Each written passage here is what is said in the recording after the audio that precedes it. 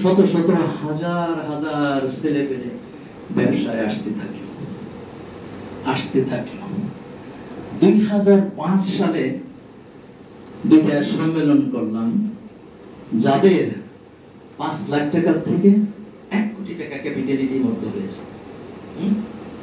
আর কি করলাম, যাদের বয়স 31 থেকে 42 বছর, এদেরকে ডাকলাম। প্রথম মিটিং এ আসলো 45 জন, পরের মিটিং আসলো 143 জন। সেখানে আমি আমার কথায় জানি না কি বলছিলাম, এখন সব কথা মনে নেই।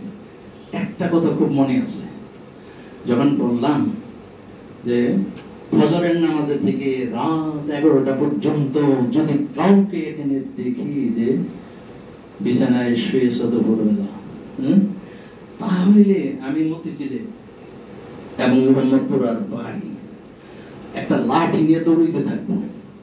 দৌড়াইতে দৌড়াইতে দৌড়াইতে যতক্ষণ পর্যন্ত তোমার পিঠে আমার লাঠি না টাচ করবে ততক্ষণ পর্যন্ত তোমাকে খুঁজতে থাকবে। এই যে কথাটা বললাম, বলার পরে মাইক দেয়নি, বসে বসে 2-4 জন বাদে বাকি সবাই কাঁদতেছে। সম্মানিত ভাইয়েরা, চীন এগিয়ে যাচ্ছে, সারা দুনিয়া এগিয়ে যাচ্ছে। এরপরে হলো ইহুদিরা ওই যে মারতেছে, সারা মুসলিম বিশ্ব আপনি আমি কাঁদতেছি। আমার মাঝে মাঝে ইচ্ছা হয় যে লাঠি দিয়ে মুসলমানদের আপনাদের সুদে পিটানো শুরু করি। কেন কেন আসে কেন? এটা আল্লাহ বলছেন পিটানো, এটা তো কোরআন শরীফে পান নাই। আজকে দেখাই দেব কিভাবে পিটাই করতে বলছে আপনাদের, শুনেন। দেখেন, আমাদের উপমহাদেশে এই পৃথিবীতে 1938 সালে ওই যে মিডল ইস্টে ইন্দো পাক সাবকন্টিনেন্টে 1941 সালে বলা হলো যে শুধু কোরআন শরীফ আগে কিভাবে পড়তো জানেন? সূরা পড়ে যেত, খতম কয়টা দিল এই পড়তো। ওইটার ভিতরে যে কি অর্থ সহ তারা পড়তো না বাংলায়, উর্দু, ইংরেজি এগুলি কিচ্ছু না ছিল, পড়তো না। পড়লো 2-4 জন পড়তো। আচ্ছা, কেন পড়তো না? 1941 সালে আমাদের উপমহাদেশে আমরা বাংলায় কোরআন শরীফ পড়ার শুরু হলো। আমাদের কোরআন শরীফের ভিতরে কি আছে আমরা বুঝতে শুরু করলাম। শুরু করার সাথে সাথে আমাদেরকে আমাদের মুরব্বীরা ভয় ধরাইয়া দিল। কেন ভয় ধরাইয়া দিল? কোরআন শরীফে 2টা সূরা আছে, আপনারা সব সময় পড়েন। সূরা 2টা হলো বিসমিল্লাহির রহমানির রহিম। আপনি দাঁড়াইছেন কেন? আপনি হাঁটতেছেন কেন? আচ্ছা, ভালো কাম করছেন। গলা মাঝে মাঝে শুকায় যায়, ডায়াবেটিস আছে, পানি দিয়ে ভালো করছে।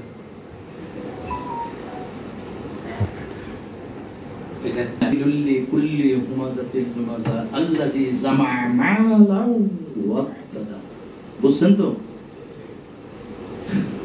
এই সূরার এটার অর্থ হইল যে তারা যারা কি করে, মাল কামায় আর সকালে গনে দুপুরে গনে, আমার মনে হইল যে টাকা ঠিক মতো আরেকবার যায় গইনে আসে,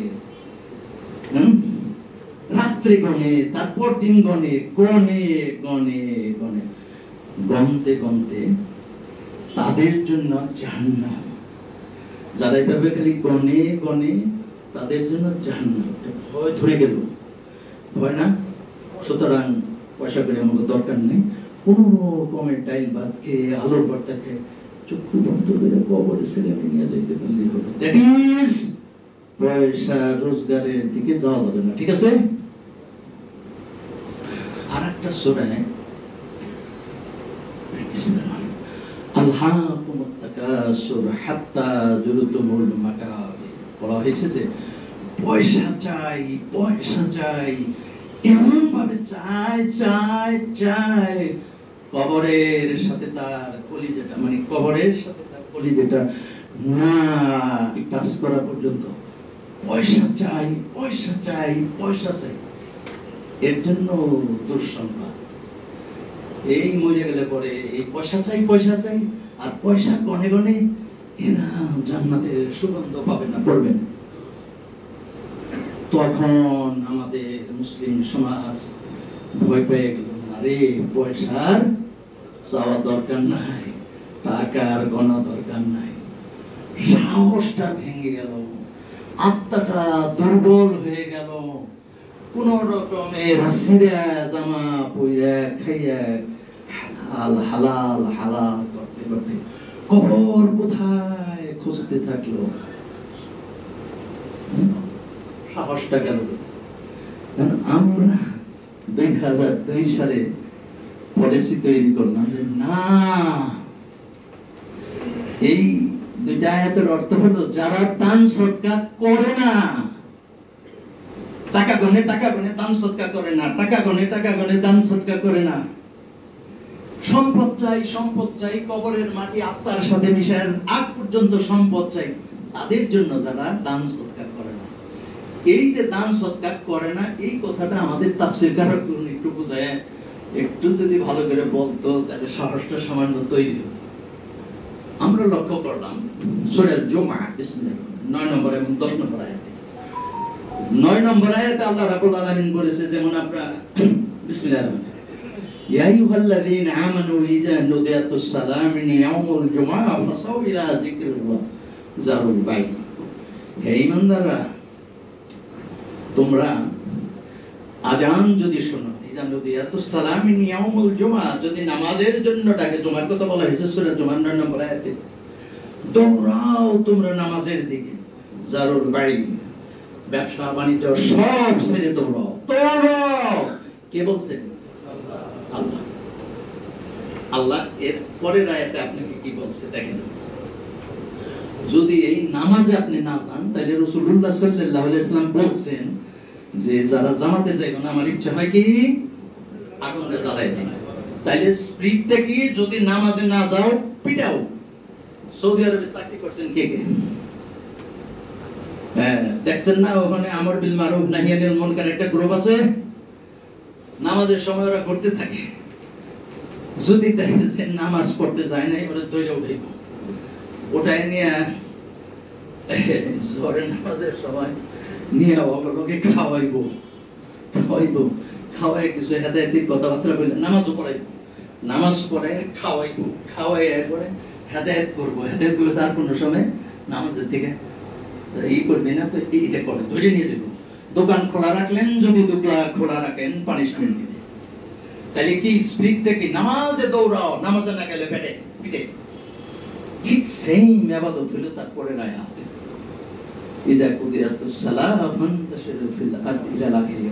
বলা হয়েছে নামাজ শেষ হয়ে গেল, এই যে বলছি না যে এই জায়গায় লাঠি নিয়ে পিটানো দরকার সারা দুনিয়ার মুসলমানদেরকে, সেটা হলো ব্যবসার জন্য যাও, টাকা রোজগারের জন্য যাও, এই উত্তরায় যত সম্পদ আছে সব সম্পদ তোমরা আহরণ করো, এই যত বাড়ি ঘর আছে সব থেকে চুপ করে দিবেন না, হালাল ভাবে, বুঝছেন না? আপনি বাড়ি ঘর বানাইতে পারতেছেন না কেন? একটা বাড়ি হতো নেই 6 তলা 7 তলা, এখানে বাড়ি আছে কয়জনের? 1 2 3 4 হয়েছে, আলহামদুলিল্লাহ আছে। 2000 সালে জানি, যাই হোক ওই গর্বে যাবো না, গর্ব তো করতেছি অনেক, তাই না? এখানে দেখেন স্পিরিটটা